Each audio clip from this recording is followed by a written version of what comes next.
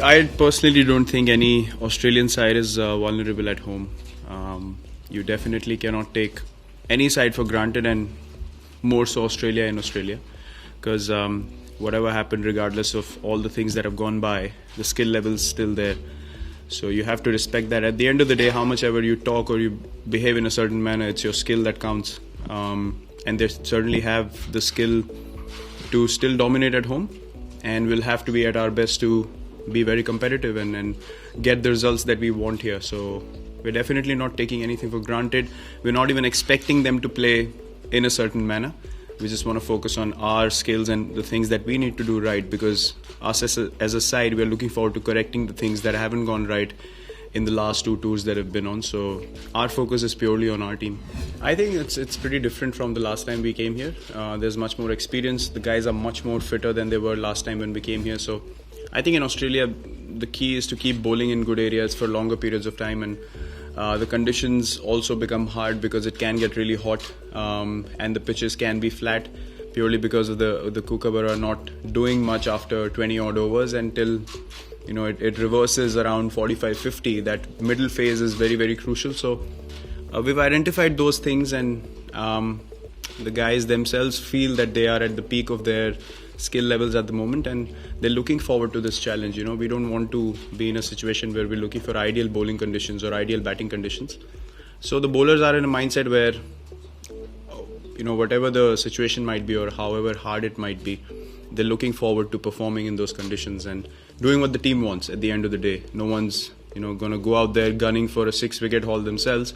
If it takes 8 good overs in a spot and getting a wicket for the team, they're ready to do that. So I think that mindset is very crucial, and that feedback is coming from the bowlers themselves. So it's not been told to them. They are talking about all these things, which I think is a very positive sign. It certainly will help the fact that we've played quite a few test matches here before, all of us, and we've scored runs. So I think that's even more important, to know that you've performed in a certain place and you know how to get runs there. It's all about remembering those good things that we did and applying it here. I know England and South Africa were tougher. Australia, if the batsmen apply themselves, it can be a great place to bat as well. But it takes character. It takes grinding out tough situations, because as I said, the Australian team has great skills, especially their bowling attack is really strong. So they will challenge us definitely a lot more.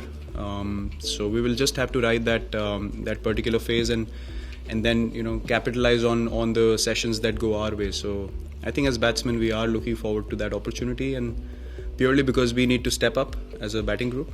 We understand that the bowlers are in great bowling form, as we all know.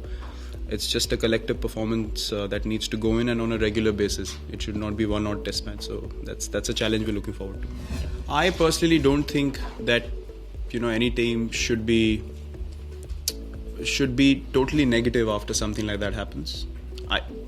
I don't see stuff happening which has happened in the past where both teams have crossed the line, but still you have to it's a competitive sport at the end of the day. It's international cricket.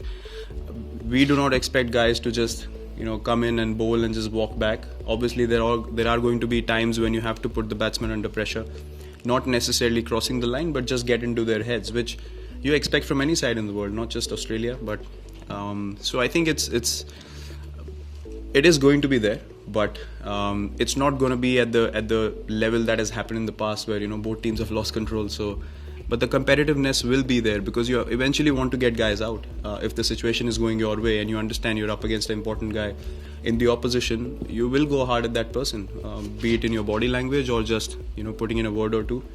But I don't see anything radical happening, because the skill set is high. So we necessarily would not need to get into anything. But yeah, at times when situations are difficult, you do find ways to upset the batsman's rhythm, and I think a bit of banter there is not harmful at all.